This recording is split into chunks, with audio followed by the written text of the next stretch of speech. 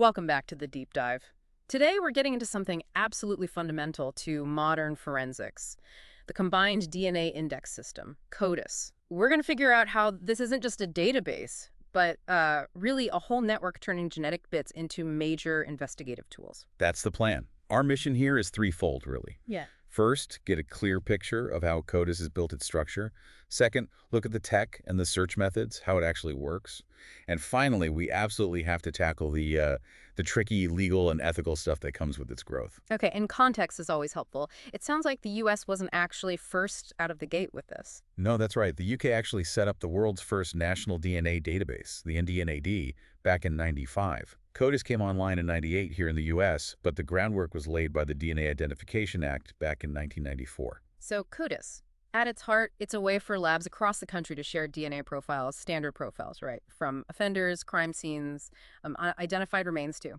Exactly. And the key technical piece, established back then in '98, was the use of 13 specific locations on a genome, these short tandem repeats, or STR loci.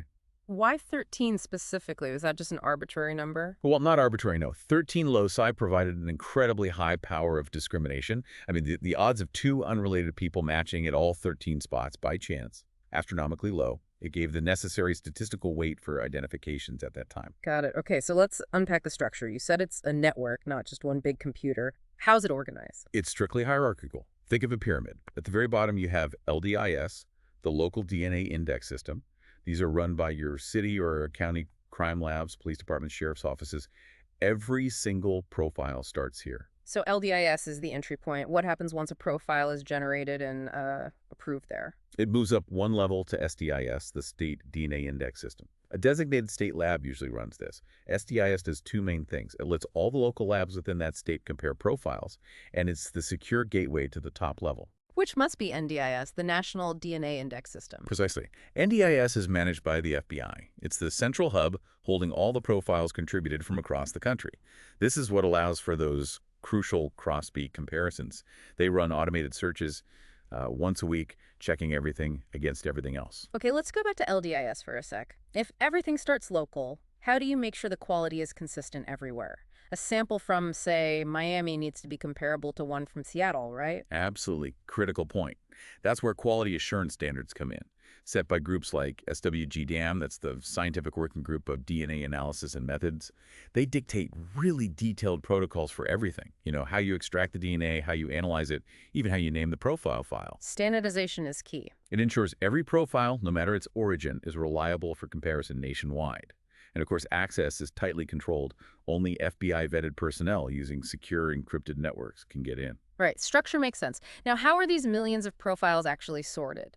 The organization must be vital for effective searching. It is. For the criminal justice side, there are three primary indexes. The biggest is the Convicted Offender Index.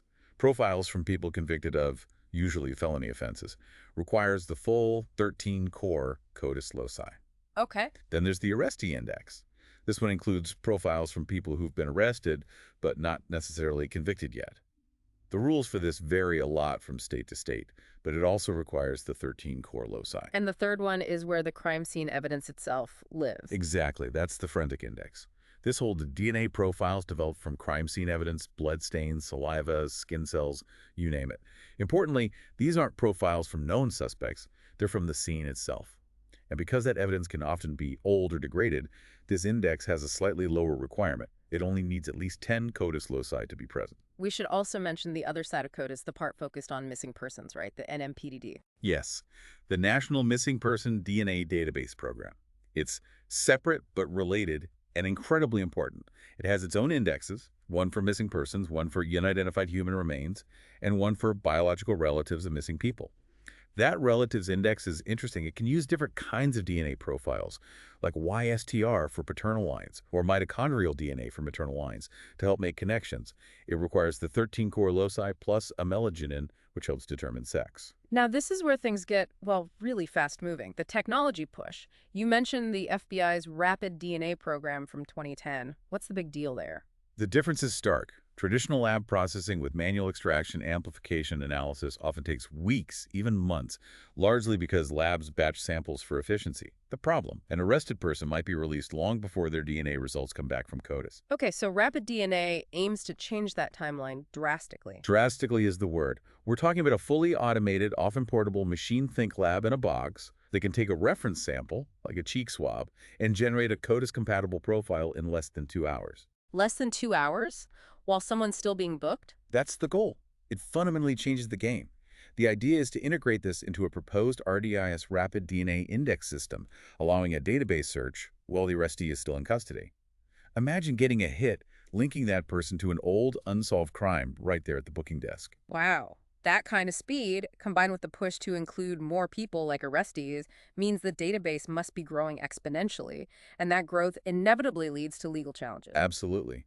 By 2013, CODIS already had profiles from over 10 million convicted offenders and 500,000 crime scenes. The trend in many places is adding more types of offenses, even misdemeanors, and definitely more arrestees. The underlying assumption is simple. Bigger database equals more solved crimes. But it bumps right up against constitutional rights, doesn't it? Like the Alonzo King case. That's the landmark case here. Alonzo King was arrested in Maryland for assault. Under Maryland law at the time, they took his DNA. Later, that DNA profile matched evidence from an unsolved rape committed years earlier. And King challenged this, arguing that taking his DNA upon arrest for a crime he wasn't yet convicted of, and then searching it against unsolved cases, violated his Fourth Amendment right against unreasonable searches. He did, and it went all the way to the Supreme Court, which was actually quite divided. They ruled 5-4 against King. The majority essentially said that taking DNA upon arrest for a serious crime was a legitimate booking procedure, much like taking fingerprints, primarily for identification purposes. They argued the state's interest in identifying arrestees correctly and potentially solving other serious crimes outweighed the individual's privacy expectation in that specific context. But the dissent must have pushed back hard on that comparison to fingerprints. DNA contains so much more personal information. Oh, strongly. The dissenting justices argued that a DNA cheek swab is a significant search, unlike a fingerprint. It delves into a person's unique genetic blueprint, revealing potentially sensitive medical and familial information. They saw it as fundamentally different and requiring more justification than fingerprinting. That 5-4 split really highlights the core tension we keep talking about. It really does. So, okay, a profile makes it into the system. How often are searches actually run? The system runs automated searches once a week. The whole point is generating investigative leads. You're looking for two main kinds of hits. First is an offender hit. That's when a crime scene profile from the forensic index matches a profile in the convicted offender or arrestee index. Boom, potential suspect identified. Like the Leon Dundas case you mentioned in the prep, where his sample, taken after he died, linked him to rapes he'd denied for years. Exactly. Shows the database's power, even posthumously. The second type is a forensic hit. This is maybe even more powerful. Sometimes it links DNA from two different crime scenes. It tells investigators these scenes might be connected, potentially pointing to a serial offender even before they have a suspect name. Like the Dominic Moore case, linking separate abductions through DNA, which then connected to a third crime he'd already confessed to. Precisely. It connects the dots between seemingly unrelated incidents. Do these matches need to be perfect? Like, every single one of those 13 markers has to line up exactly? Not always, and that's important, because crime scene DNA is often degraded, mixed, or just present in tiny amounts. The CODIS software uses different search stringencies. There's high stringency, which does demand a perfect match at every single locus tested. Okay. But NDIS, the national level, primarily operates at moderate stringency. And moderate means what, in practice, it allows for some imperfections. It allows for what are called allelic dropouts. Basically, if the DNA sample was poor quality, the lab's equipment might not have been able to detect one or both alleles at a particular locus. Moderate stringency says, okay, we're missing a piece here, but if everything else matches perfectly, we'll still flag this as a potential hit. Ah, so it builds in tolerance for real-world sample problems. Without that, you'd lose a lot of potential leads from less than perfect crime scene sample. You'd lose tons. There's also low stringency, which allows for even more variation, like potential mismatches and dropouts. But moderate is the workhorse for NDIS because it balances sensitivity with accuracy. Got it. Which leads us, I think, to the most complex and maybe most controversial use of these databases, familial searching. Yes. This is where we move beyond looking for the perpetrator themselves and start looking for their close relative. How does that even work? It's based on basic genetics. You share significantly more of your DNA profile, more alleles at those STR loci with your parents, siblings, and children than you do with unrelated people. So the idea is, if the perpetrator isn't in the database, maybe one of their close relatives is.